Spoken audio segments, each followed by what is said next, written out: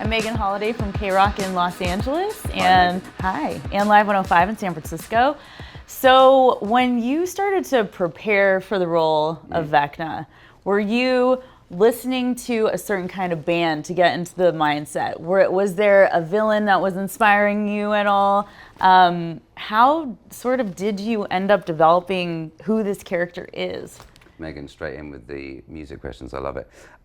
So, I mean, I've always been into like rock and metal anyway. It's kind of been my thing. I used to play in a band and we used to go on tour all the time and play festivals with, we played a festival with Turnstile once, which was pretty sick. Oh my God, and that was wild, so sick. Yeah. That kind of music's always been in my world, but with regards to where I started with it, I kind of just went back like to movie references for the show, things that I knew that Matt and Ross would like. So I watched, Stephen King films, Prince of Darkness, and then it wasn't really until I kind of rediscovered Hellraiser that I was like, that's it. That's where voice is going to be coming from for me. And so I've spoken about this a lot, but yeah, Doug Bradley as Pinhead was a huge thing for me within that. And then musically, I mean, Norma Jean was very important for me within that. Sun O. I mean, Sun O was really interesting for me because it kind of came about through, I was doing like a lot of meditative work anyway. And then when I kind of fell upon and discovered Sun O, I was like, oh, this brings like the meditation side of what I really like and soundscape of what I really, really like. And also the kind of sort of like darker metal kind of versions of things that I like too. So yeah, Sun was a huge thing. And then I also used like a lot of like folk black metal, artist called Darker, who's from Yorkshire in England, who's just incredible. Chelsea Wolfe, who's obviously amazing. And then, friends of mine as well, bands like Architects as well were really, really important for me too, just kind of making sure that that power and that energy was there. So cool. We all love Turnstile here, so it's so cool that you played with them. Last two records, amazing. Jamie, I'm Johnny from Manhattan, 102.7. So you have a bit of a villainous track record when it comes to some roles. I mean, Twilight, Harry Potter. Yeah.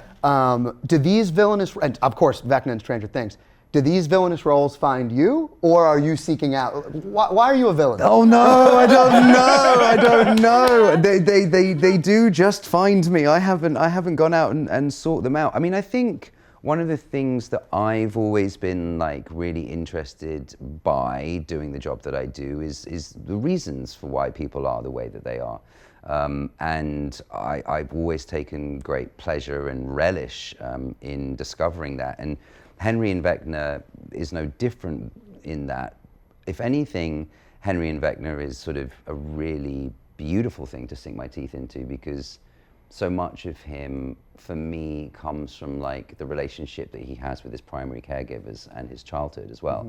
Mm-hmm. So if anybody, has seen the play that's on Broadway and also in London at the moment, you get to discover more of that. But that was definitely questions that I was asking myself as I was preparing for the role when I was going into season 4. I was just like, why? Like, where is this hurt and this pain coming from for him? And ultimately it just kind of comes back to this thing of kind of lack of love at the end of the day, So no, they find me and I just try my best. And all of our problems come from our childhood. Yeah, exactly. Exactly. Hi, I'm Julia from Alt 98.7 in Detroit. Julia. Is it an ordeal when you have to go to the bathroom in that costume? Yeah, it's a fucking nightmare. It's the worst thing in the whole world. My friend Katie, who does a show on Sirius, we had a chat about this when season 4 was coming out. I have these, not only do I have this like ginormous hand on one end, I've also got fucking stick-on nails on the other. Forgive me for swearing, you'll have to fix that for yourself. But like, so, and then I have like a flap that has to be undone, and I have to get someone else to undo the flap. So, no. Yeah, an ordeal is putting it mildly. Yeah, I'm either gonna pierce myself or lose a nail in the process. So yeah, it's pretty rough, it's pretty grim. Do you ask them to go to the bathroom in that voice too? No. So scary. Yeah. Vecna needs a wee. Yeah. I always refer to myself in the third person. Yeah, no. Thank you. So if you can at all talk about maybe what a change has been within Vecna for this new season? Absolutely, of course I can. I mean, I think, anyone who's watched the show will, the last season, season 4, will know that Vecna suffered a terrible fall and quite a large amount of fire as well at the hands of those pesky kids. So, so of course, this season, there is a change, and we've seen the trailer now. So, there's obviously a lot that we can talk about that too there. So, yes, there is definitely a visual change to him, which leads to, this season is more of a blend of CG and practical, so it's all still me. I'm still the one doing all the movement, but yeah, Vecna's been working out. He's ready to decimate, ready to kill. I'm excited for people to see that. Hell yeah, me too. It's gonna be cool. Yeah, thank you. You're welcome. The cast, you guys just work so beautifully together, and it's just been such a ride. We're so sad to see the show end. We've been talking to the rest of the cast the rest of the day. Their bond is so beautiful. They're all friends. They're giggling. They're laughing. Since you play Vecna, I just picture if everybody is, on break, Vecna's eating alone in the cafeteria. What was your bond like with the rest of the cast? Vecna has no friends. They all hate me. No. But what about Jamie? No, I mean, I was so fortunate in season 4 because so much of my work was with Sadie and Millie. And I formed such a bond with Millie particularly. Even from like the first read through, we were sat in tears, and she was in front of me. And I remember speaking as Henry for the first time, and she just turned around and looked at me directly in the eye.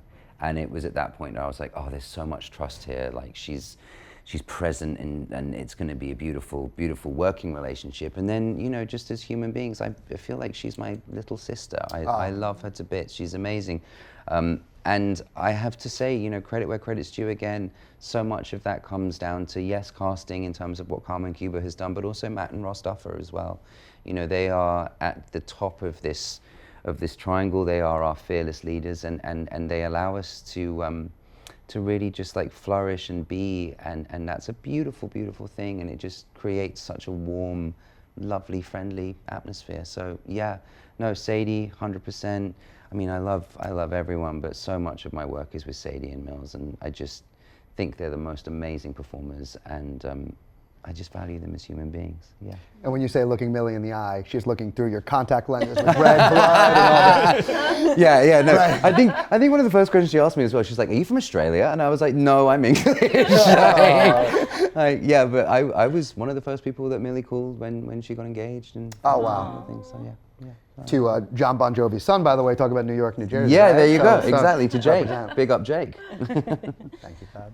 You've done a lot of work in the fantasy space. How did it feel walking into the Duffers' mind? Yeah, well, walking into their mind is an interesting question.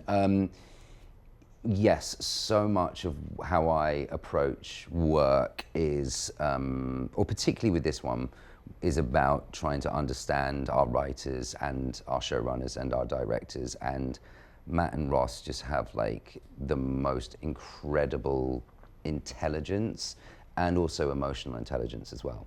So, to walk into their references was an absolute blessing, because it's all there to be mined. Like everything is there if you choose to look for it. And sometimes even if you're not looking for it, it will come. So, even for something like this season, they turned me onto a film called Dark City, which was made, I think, just before The Matrix. It was a reference for them for this season. And it was actually, some of the sets from Dark City were used on The Matrix. And if you watch Dark City and The Matrix back to back, you'll notice that visually there's a lot of similarities, even with something like grading as well and lighting. So it all looks very, very similar. So I just felt like a kid in a candy store. I was like, there's so much that I can just have at here as well.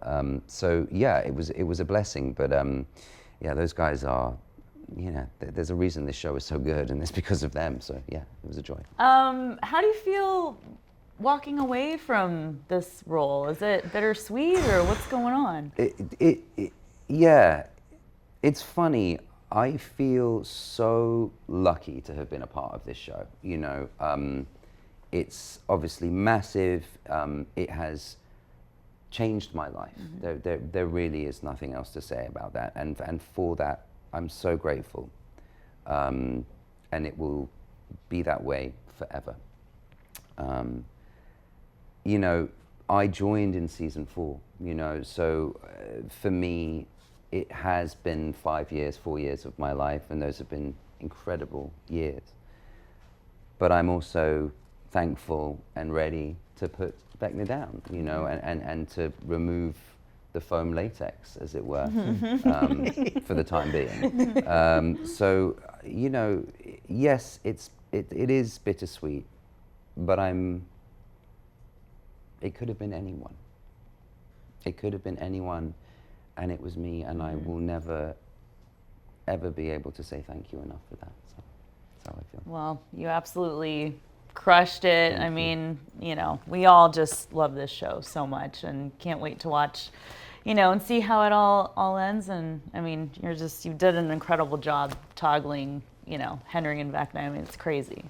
Thank you so much. Thank you. Yeah. I think we'll wrap this up with just what's the last thing you did after you took off the Vecna costume? I covered myself in moisturizer. Thank you so much for your time. Thank you.